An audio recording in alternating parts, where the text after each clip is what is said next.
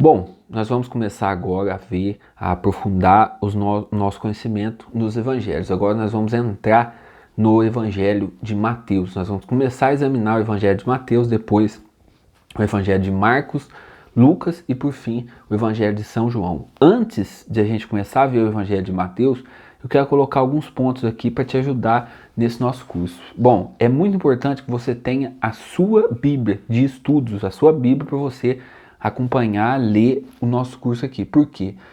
Essa Bíblia é importante que você grife, que você escreva, que você anote os detalhes que contém nela. É uma Bíblia para você usar realmente, grifando, marcando, escrevendo e tudo mais. Então tenha a sua Bíblia para o curso. Outro ponto, qual Bíblia você vai adquirir? Existem no mercado várias traduções da Bíblia. Existem Bíblia do CNBB, Bíblia da Terb, Bíblia de Jerusalém, Bíblia da Ave Maria, mas qual que eu indicaria para você? Qual que eu uso? Eu uso a Bíblia da Ave Maria. Eu estou aqui com essa edição mais voltada aqui para estudos, mas você pode comprar a edição normal. A Bíblia da Ave Maria tem várias edições, tem desde a capa plastificada, simplesinha, até uma capa mais elaborada.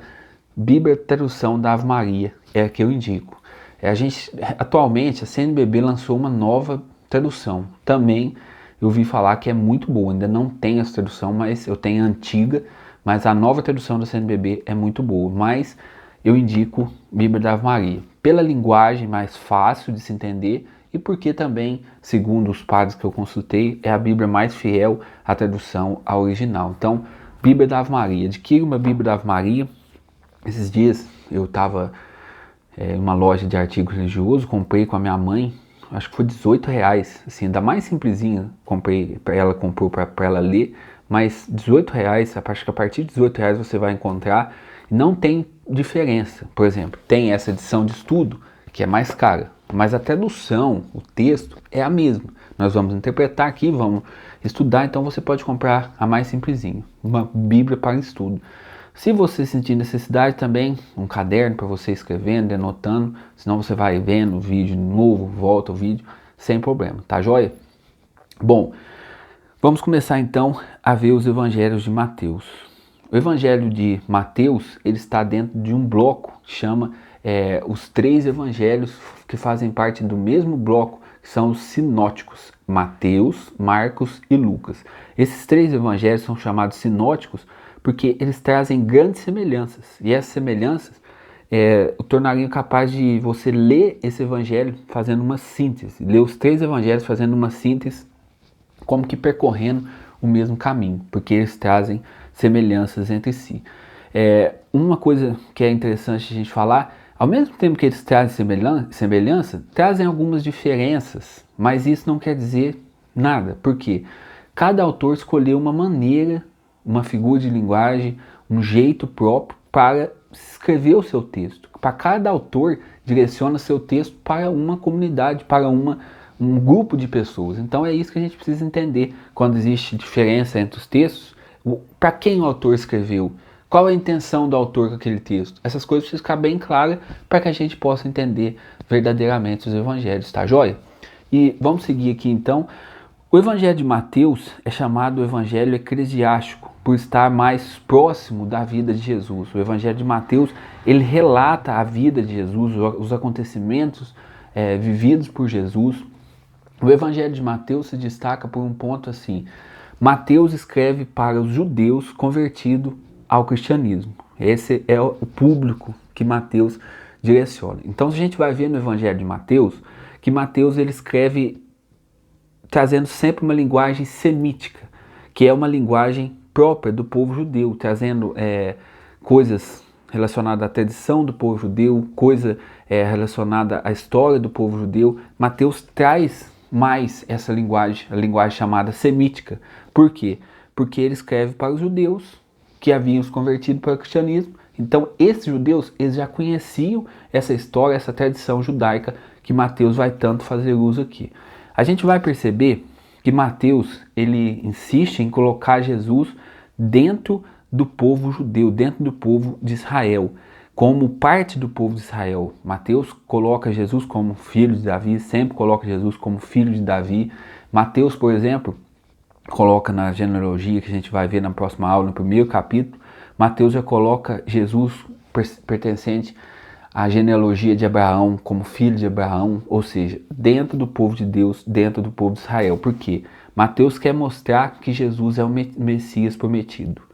Em todo o Antigo Testamento, a gente vê a promessa de um Messias que viria para salvar o povo de Deus, que viria para cumprir a profecia. O Filho de Deus iria vir para salvar o povo. Esse era o Messias, era o esperado de Deus, o Filho de Deus que iria vir para salvar o povo. E é essa figura que está no Antigo Testamento que Mateus vai colocar como semelhante de Jesus. Mateus quer mostrar Jesus como sendo o verdadeiro Messias, como sendo o Messias prometido, aquele que o Antigo Testamento anunciou, agora se revela em Jesus. Isso é o que vai nos mostrar, isso que vai colocar o Evangelho de Mateus. Isso é o que vai ressaltar o Evangelho de Mateus. Mateus, que é o evangelho maior, evangelho, né? Ele tem aqui, deixa eu ver quantos capítulos, confirmar certinho aqui. Mateus tem 28 capítulos. É o evangelho, o maior evangelho entre os 4 evangelhos, com 28 capítulos. E detalhe que Mateus termina aqui, chamado o evangelho do envio, porque ele termina enviando os apóstolos. E depois ensinai a todas as nações e batizai-as em nome do Pai, do Filho e do Espírito Santo. Ensinai-as a observar tudo que vos prescrevi. Eis que estou convosco até o fim dos dias. Essas são as palavras que Mateus encerra o seu evangelho. Então Mateus é tido como esse evangelho do envio. Mateus tem a sua intenção clara, mostrar para o povo judeu que Jesus é o Messias prometido. Jesus é o Messias que o povo judeu esperava, que o povo de Israel esperava. E nas próximas aulas a gente vai ver o desdobramento disso, lendo e interpretando os capítulos do Evangelho de Mateus.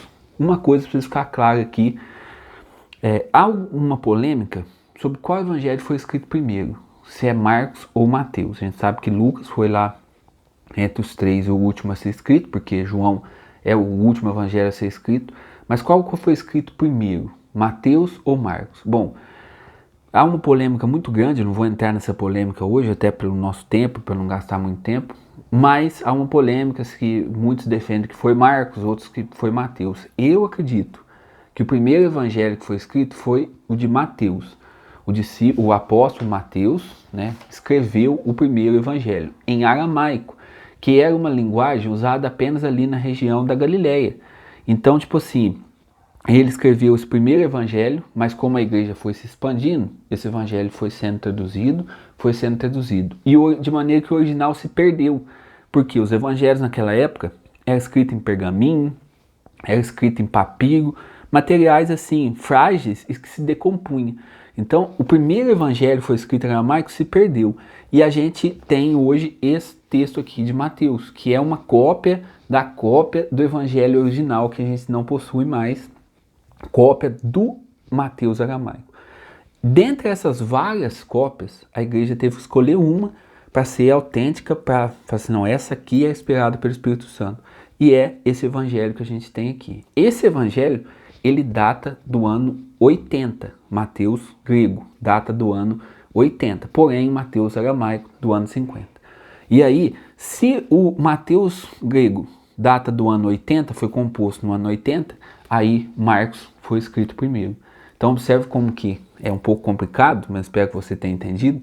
Eu acredito nisso. Mateus, discípulo de Jesus, que era cobrador de impostos, então faz todo sentido ele ter deixado alguma coisa escrita, mas esse evangelho se perdeu. O que a gente tem hoje é essa cópia do Mateus grego, que foi por volta do ano 80, o Mateus original no ano 50, aramaico. Esse seria o primeiro evangelho, porém esse se perdeu. Então, o primeiro evangelho que a gente tem aqui dentre os quatro evangelhos, o primeiro foi Marcos, depois veio Mateus, depois veio Lucas. Provavelmente, Mateus utilizou, esse Mateus grego aqui, utilizou do evangelho de São Marcos, com alguns detalhes, alguma história, alguma coisa, utilizou para compor o seu evangelho, e Lucas utiliza de Mateus e de Marcos para compor o seu evangelho mais completo, assim, dando um resumo legal do que é a história de Jesus, tá joia?